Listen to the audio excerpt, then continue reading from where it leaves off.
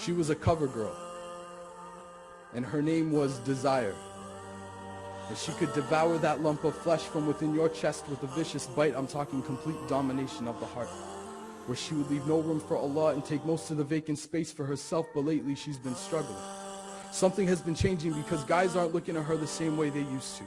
Matter of fact, that man she had left her a week ago. They were at the neighborhood park at dark, standing together on the sidewalk when he told her, "I can't do this anymore. We were born Muslims. If I die right now, what happens to my soul?"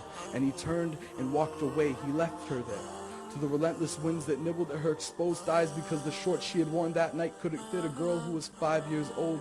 It was cold. Left to her own thoughts and memories, she begins to walk home. It flashes back to when she was 13. 2 days after 9/11, the world came together and started dialing 911 emergency calls, calling out for help, publicly denouncing the religion, saying our ummah at large is a threat to the world, and they pointed the finger at her. Told her she doesn't belong here, that the scarf that drapes around her face is a symbol of the apocalypse, that it makes her a terrorist. She should go back to where the Arabs live. So is it to anyone's surprise that every day in grade 9, she would get a ride to school, leaving behind parents who were proud of her dedication to her faith, but upon getting to class, she'd take off the hijab and let her hair fall down her face. She didn't want to be an outcast. And this was just the beginning. Because at the age of 16, she started collecting glamour magazines. Wasn't sure who she was in regards to her identity, but it says here that maybe it's Maybelline.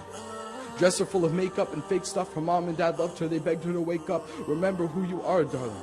No matter what you've done, your identity is not lost to Allah. Turned back, but she ignored the call. Continued on her free fall into a deep desire and love for this all the world, which grabbed her by the throat, had her spiraling into emptiness and confusion. The voice in her brain begged her, please, make it stop, and she wanted to. But the evil forces had battled away all conviction of good, so her attitude was that of ingratitude. A once faithful hijabi, swallowed whole by this multitude of societal issues, and when she thought it couldn't get any worse, she met a boy. He was everything she ever wanted. He was perfect, flawless. She finally found something in this world that could fill the gaping void in her heart, because as soon as Allah left, there was a hole in her chest, and this kid was the answer. And so the dance began. She could have followed the hadith, but instead she followed him. She could have found solace in Allah, but she confided in him. She could have gotten a hug from mom, but she found open arms in him. She could have kissed the Quran, but she decided to kiss him. She could have shown herself to none, but instead she showed herself to him, until it became a whirlwind of colors, breath, and skin, and a black hole opened up in her universe, and the deed was done. Even herself exposed like camera films in the sun, like the film they'd recorded of her and him. There was no turning back. And that's when she snaps out of her sunken memories. Remembering who she was, but not sure how to make amends, she runs home to her bed.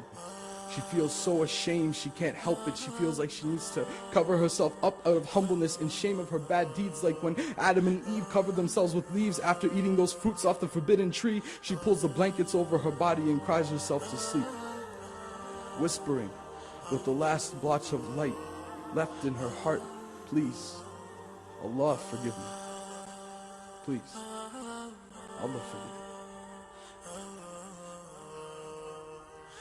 From there, it was quite a long journey. Asking forgiveness from her parents, going back to prayer. She lost all her friends, but their souls were transparent anyways, and she knew it. She needed structure, but it's hard to do, so every time she feels like going back, she remembers. She was a cover girl. Now she's a covered girl.